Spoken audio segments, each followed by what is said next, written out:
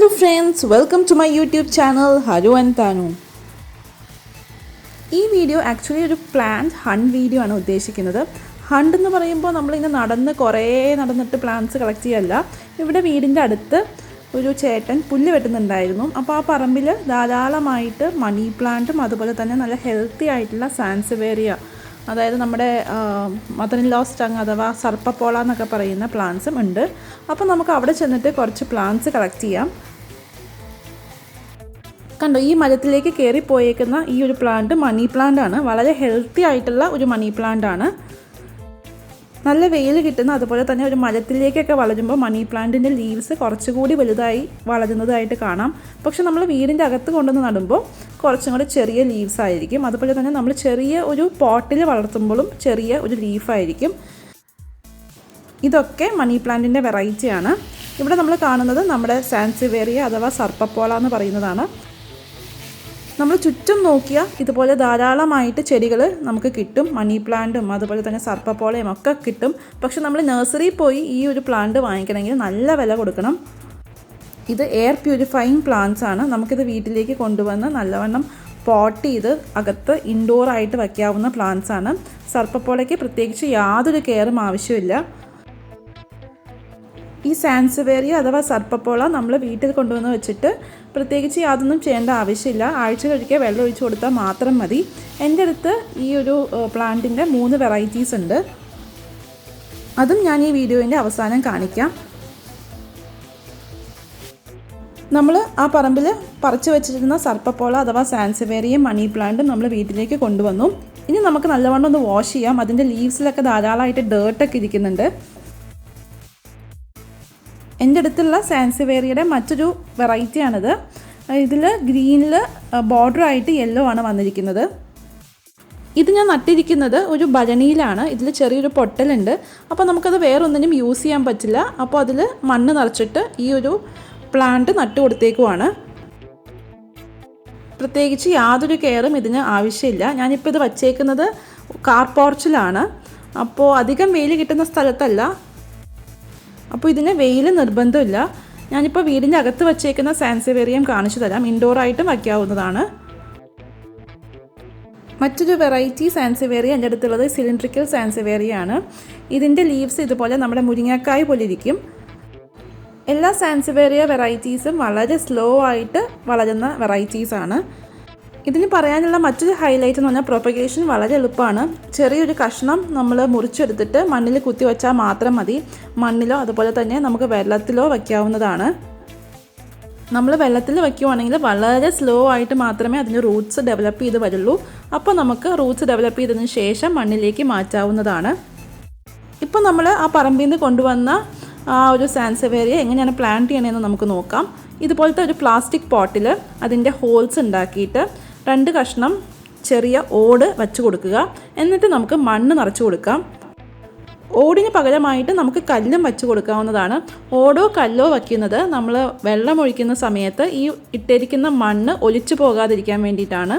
ഇനി നമുക്ക് നമ്മുടെ സാൻസെവേരിയ അഥവാ സർപ്പപ്പോള വച്ച് കൊടുക്കാം.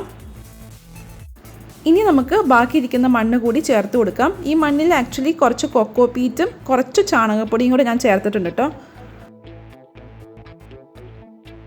ഒരു കട വയ്ക്കുന്നതിനേക്കാൾ ഭംഗി കുറച്ചധികം കട ഒരുമിച്ച് കിട്ടുവാണെങ്കിൽ ഇതുപോലെ ഒരു ചട്ടിയിൽ വെച്ച് കൊടുക്കുമ്പോൾ നല്ല തിക്കായിട്ട് നമുക്ക് ഭംഗിയായിട്ട് നടാൻ പറ്റും. അതല്ല നമ്മുടെ അടുത്ത് ഒറ്റ കടയുള്ളൂന്നുണ്ടെങ്കിൽ കുറച്ചുകൂടി ചെറിയൊരു പോട്ട് എടുത്തിട്ട് അതിൽ നട്ടു കൊടുത്താൽ മതി. അപ്പോൾ കുറച്ചുകൂടി ഭംഗി ഉണ്ടാവും കാണാനായിട്ട്. ഇനി നമുക്ക് ആവശ്യത്തിന് മണ്ണിട്ട് കൊടുക്കാം. എന്നിട്ട് നമുക്ക് കൈ കൊണ്ട് ഇതുപോലെ പതുക്കെ ഒന്ന് അമർത്തി ആ ചെടി ഒന്ന് ഫിക്സ് ചെയ്ത് വെക്കാം. ആവശ്യത്തിന് വെള്ളം ഒഴിച്ച് കൊടുക്കുക. ഈ സർപ്പപ്പോളയ്ക്ക് ഞാൻ നേരത്തെ പറഞ്ഞ പോലെ അധികം വെള്ളം ആവശ്യമില്ല. ആഴ്ചയിലൊരിക്കോ അല്ലെങ്കിൽ നമ്മുടെ ആ സോയിൽ ഡ്രൈ ആയതിന് ശേഷം മാത്രം വെള്ളം ഒഴിച്ച് കൊടുത്താൽ മതി.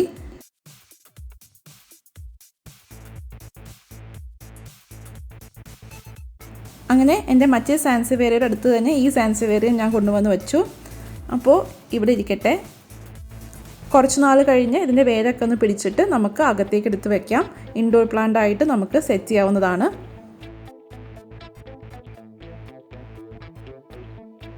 നമ്മുടെ അടുത്ത് സ്നേക്ക് പ്ലാന്റിൻ്റെ ഒരു കടയുള്ളൂ എന്നുണ്ടെങ്കിൽ അത് ഇതുപോലെ ചെറിയൊരു പോട്ടിൽ നമുക്ക് സെറ്റ് ചെയ്യാവുന്നതാണ്. അതുപോലെ തന്നെ ഐസ്ക്രീം കണ്ടെയ്നേഴ്സിലൊക്കെ സെറ്റ് ചെയ്തിട്ട് സെറാമിക് പോട്ട്സിലൊക്കെ ഇറക്കി വയ്ക്കാവുന്നതുമാണ്. ഇനി ഞാൻ ആ പറമ്പിൽ നിന്ന് എടുത്ത മണി പ്ലാന്റ് സെറ്റ് ചെയ്തേക്കുന്നത് കാണിച്ചു തരാം.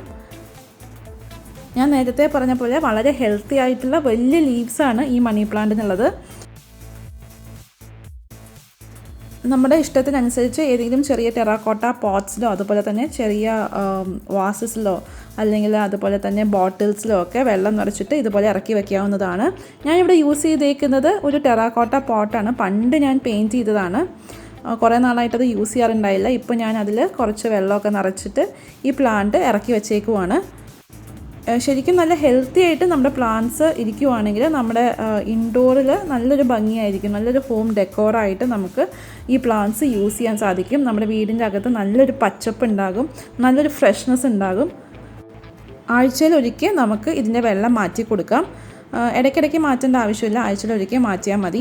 ഇത് മറ്റൊരു പ്ലാന്റ് കട്ടിങ് ഞാൻ മൈക്രോവേവിൻ്റെ മുകളിൽ വച്ചേക്കുവാണ്. ഇതിപ്പോൾ ചെറിയൊരു പ്ലാസ്റ്റിക്കിൻ്റെ ഒരു പാത്രമാണ്. അതിൽ ഞാൻ വെള്ളം നിറച്ചിട്ട് 2-3 പെബിൾസ് ഇട്ടിട്ടുണ്ട്. അപ്പോൾ ഞാൻ ഈ മണി പ്ലാന്റിൻ്റെ കട്ടിങ് അതിൽ ഇറക്കി വച്ചേക്കുവാണ്. ഇനിയുള്ളൊരു കട്ടിങ് ഞാൻ വച്ചിരിക്കുന്നത് ഇതുപോലെ ഒരു ഗ്ലാസിൻ്റെ ബോട്ടിലാണ്. ഇതിപ്പോൾ നമുക്ക് ലിക്കറൊക്കെ കിട്ടുന്ന ഒരു ഗ്ലാസിൻ്റെ ബോട്ടിലാണ്. അതിൽ കുറച്ച് വെള്ളം നിറച്ചിട്ട് നമ്മൾ സാധാരണ പ്ലാന്റ്സ് വയ്ക്കുന്നത് പോലെ ഇറക്കി വച്ചേക്കുവാണ്.